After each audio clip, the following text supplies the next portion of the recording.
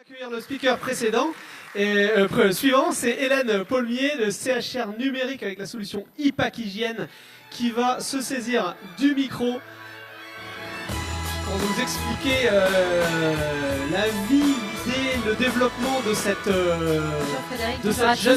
jeune entreprise qui est encore mais maintenant bientôt 6 ans. Bientôt 6 ans, mais quand même quelle croissance. On va en parler justement pendant 10 minutes. C'est bon, je peux lancer le chrono. On est bon, Hélène? On est parti. Voilà, si tu souhaites poser ta tablette, la reprendre, etc. N'hésite pas, tu es chez toi. C'est parti pour 10 minutes. Bonjour à tous. Voilà, je voulais vous présenter IPAC Hygiène, qui est la solution digitale pionnière et leader en Europe, permettant aux professionnels de la restauration de répondre à leurs obligations sanitaires. Alors, il faut savoir que tous ces professionnels, donc les restaurateurs, les bouchers charcutiers, les boulangers-pâtissiers, la GMS, des millions d'acteurs par jour doivent remplir quotidiennement toute une série de documents papier qui attestent que la réglementation européenne dite le paquet hygiène est bien respectée au sein même de leur établissement.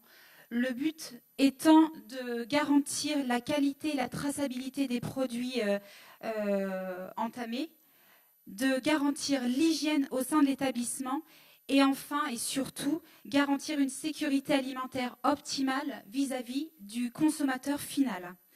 Alors cette réglementation, on est tous d'accord, elle est légitime puisque dans les pires cas, une intoxication alimentaire peut conduire à la mort du consommateur, donc ce n'est pas à prendre à la légère.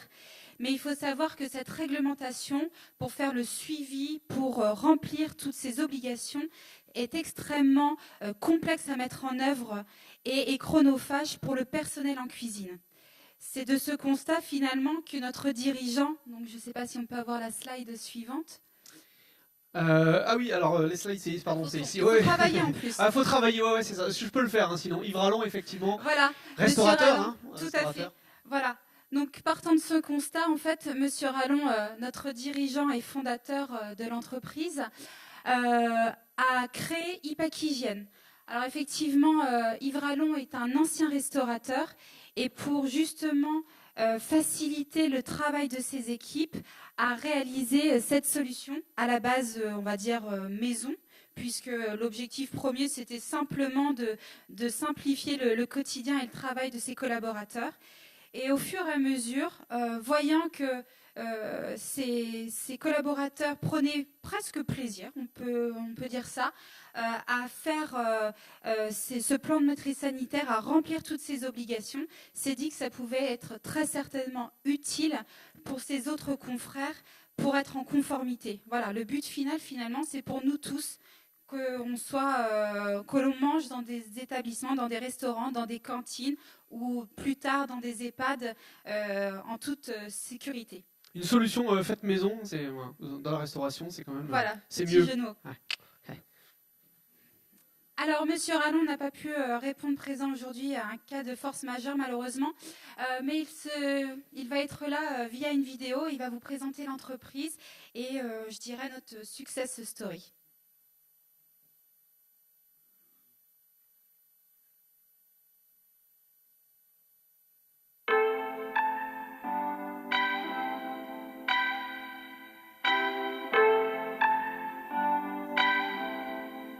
Je m'appelle Yves Rallon, ancien restaurateur puisque j'ai dirigé pendant plus de 35 ans un certain nombre de restaurants. Et dans le cadre du management de ces équipes, je me suis trouvé confronté dès 2012 au suivi HACCP. Alors c'est quoi la HACCP? C'est les relevés de température, suivi de plan de nettoyage, traçabilité, tout un tas de process réglementaires que l'on doit appliquer dans les restaurants. Face à cette problématique, j'ai eu l'idée de concevoir une solution tactile sur tablette qui allait permettre aux utilisateurs de réaliser plus simplement toutes ces tâches et de fait de se retrouver en conformité et d'assurer une sécurité alimentaire optimale vis-à-vis du consommateur.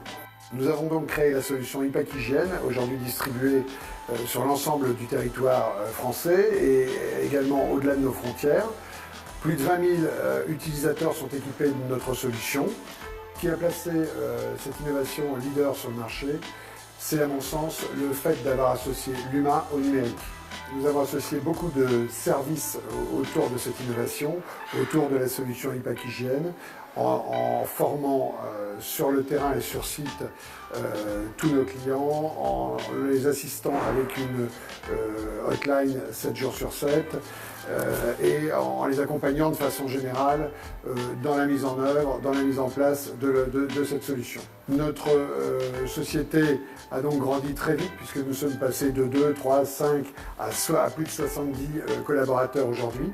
Cette croissance nous amène à recruter chaque mois toujours plus de nouveaux talents, tant dans l'administratif, dans la technique que dans le numérique ou le commercial. Nous sommes basés à Brest, territoire reconnu pour son dynamisme dans le domaine du numérique, ce qui nous a valu d'ailleurs d'être reconnu par 2 fois par le Pass French Tech, qui est d'ailleurs un véritable passeport pour l'avenir et qui va nous accompagner dans notre développement à l'international. De ma petite problématique de restaurateur breton, eh bien, j'ai répondu à un besoin à l'échelle mondiale, puisqu'aujourd'hui nous installons des solutions autant en Sicile, aux Antilles que tout récemment en Thaïlande. Ma foi, il me semble une belle aventure numérique qui n'est pas près de se terminer.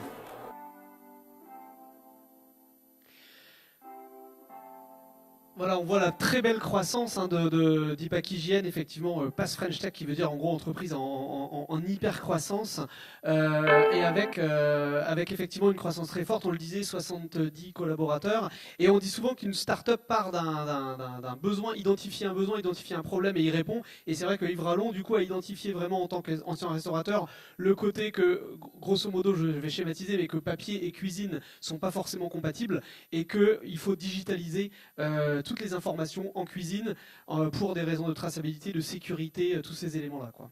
Tout à fait. Effectivement, alors justement, entre le moment où on a fait la vidéo, justement avec la French Tech Brest Plus, et les chiffres ont augmenté puisqu'on est passé de 70 à 85 collaborateurs et d'ici la fin de l'année, une centaine certainement. Au niveau des utilisateurs, on a fait un énorme bond aussi puisqu'on est passé de 20 à 50 000 utilisateurs. Donc les chiffres ne sont pas pipés. C'est simplement que notre solution a détecté finalement un besoin mondial. Donc au départ, on a détecté et on a répondu à une problématique, on va dire, seulement sur la restauration commerciale avec le traditionnel restaurateur. Mais aujourd'hui, ça concerne les groupes de restauration, les chaînes hôtelières, les collectivités. C'est devenu presque une obligation, c'est devenu même inconcevable de conserver le papier crayon pour être en conformité de façon fiable. Et aujourd'hui, à force de prêcher le bon message, depuis 6 ans, on se rend compte que voilà, maintenant, ça fait partie des cahiers des charges dans les appels d'offres des collectivités, des groupes de restauration, de dématérialiser pour être en conformité. Donc voilà, l'aventure n'est pas prête de s'arrêter, on n'est qu'au tout début et les chiffres sont déjà parlants et effectivement on a cette chance depuis 3 ans de renouveler notre Pass French Tech qui montre notre hyper croissance, mais c'est, je dirais, parce qu'on a réussi à avoir une solution qui n'est pas une solution gadget. Effectivement, le digital, parfois, à tort ou à raison, peut être apparenté à du gadget. Nous, on est parti sur une vraie solution métier et je pense que c'est le conseil que je pourrais vous donner aujourd'hui, c'est effectivement de se dire que si vous partez sur du gadget, ça va être éphémère, que votre business va pas perdurer dans le temps, qu'il faut vraiment chercher à répondre à une problématique et avoir du bon sens. Et je pense que c'est vraiment le succès de notre solution, c'est vraiment voilà, le bon sens et d'être une solution métier. Et effectivement, il y a une grosse valeur ajoutée et je pense que dans les grandes forces aussi, c'est être au contact du client pour toujours continuer d'innover à chaque fois qu'on se voit. Je sais que vous me parlez toujours d'innovation pour justement garder cette position de leader, continuer à innover et ne pas regarder derrière et devant. Très bien. Est-ce que, peut-être qu'on est arrivé au terme quasiment des 10 minutes, est-ce que dans un domaine comme la restauration, on a parlé de certains domaines qui, tout à l'heure on parlait de la santé, où quand on arrive on est une start-up, c'est pas forcément évident de se faire une place, même en termes d'achat public, etc. Là aussi, les restaurateurs, le numérique, qui ne sont pas tous compatibles, entre guillemets. Est-ce qu'il y a un certain frein au changement qu'il a fallu il a fallu éduquer un peu les restaurateurs aussi pour leur faire comprendre que le numérique allait être leur ami et non pas un outil de flicage autre. Tout à fait, effectivement, et les précédentes interventions le disaient aussi, c'est que l'humain est important avec le numérique, le digital, et les restaurateurs ont tout de suite vu l'intérêt qu'ils pouvaient avoir au-delà des bonnes pratiques d'hygiène, puisque voilà, globalement, une grande majorité d'entre eux le font et très bien. Maintenant, c'est d'aller plus loin, c'est de gagner du temps dans leur pratique au quotidien pour justement mettre à profit ce temps de gagner à la cuisine, à leurs clients et mettre ça, voilà, au lieu de faire des tâches rébarbatives, contraignantes pour tout le monde, c'est de se dire que le digital vient au service du restaurateur pour cuisiner. Va libérer du temps pour son cœur de métier. C'est ce qu'on dit souvent et qu'on retrouve souvent en point commun entre les différentes prises de parole. Très bien, on arrive au terme des 10 minutes. Est-ce que vous avez des questions? Oui, monsieur. Alors attendez, on va vous apporter un micro pour que tout le monde puisse bénéficier de votre question. Alors, on arrive.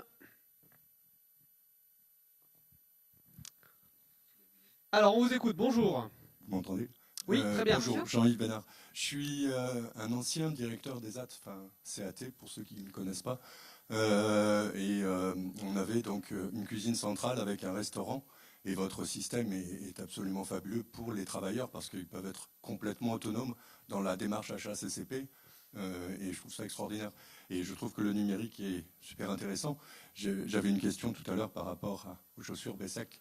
Mais vous avez... Nicolas est encore là. Hein, donc mais non, c'est parce que vous ne m'avez pas vu quand je vais pardon, excusez-moi. En fait, je trouve génial le numérique par rapport à des commandes, par rapport à du développement commercial.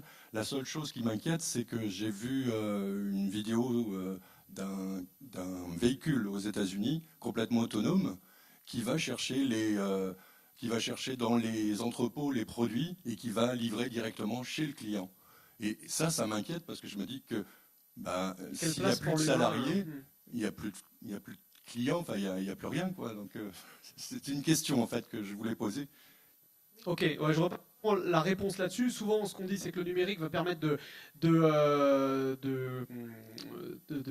s'exonérer de certaines tâches pas forcément très valorisantes et du coup de repositionner aussi les personnes ailleurs. Là, en l'occurrence, par rapport au métier de la restauration, la place des tablettes, etc. dans les cuisines, je pense qu'il n'y a que du plus parce que l'humain qui est dans la cuisine, c'est le restaurateur. Le restaurateur, il a besoin de temps pour faire son métier et du coup, s'il peut gagner du temps et en sérénité aussi de sauvegarde d'informations, etc. Je pense que c'est tout vu et il n'y a pas de débat. Et je ne sais pas, Nicolas, est-ce que tu veux apporter un complément sur la place? Je peux venir à toi, ou alors si vous pouvez juste aller voir Nicolas qui est juste là pour comprendre aussi comment, encore une fois, le numérique vient en appui aux vendeurs, je pense.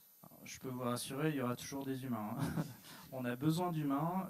Peut-être que le digital, c'est une chance en fait pour remettre de l'humain dans le service client en tout cas, parce que les gens qui viennent, qui se déplacent en magasin par exemple, ils sont pas là pour vivre une expérience avec un robot et parler à un écran. Il y a une phrase qui est très vraie, c'est que le cyberacheteur à l'achat triste, il parle à son écran. Quand on va dans un magasin, il y a de l'humain, il y a un lien, il y a quelque chose, il y a de la vie, il y a une expérience qu'on ne retrouve pas sur le numérique. Donc je dirais qu'il y a de la place pour tout le monde, il y a de la place pour la vente en ligne pure, parce que ça va vite, parce que c'est pratique, mais on a aussi surtout besoin d'aller faire ses courses chez le boulanger du coin, d'aller au marché pour rencontrer les gens. Donc pour moi, je ne vois pas le digital contre l'humain. Au contraire, je trouve que le digital nous fait tous gagner du temps, nous fait gagner en efficacité pour réallouer ce temps sur une meilleure qualité de relation humaine. En tout cas, moi, c'est ma vision. Tout à fait. Allez, on va enchaîner. Merci beaucoup, Hélène, pour votre témoignage.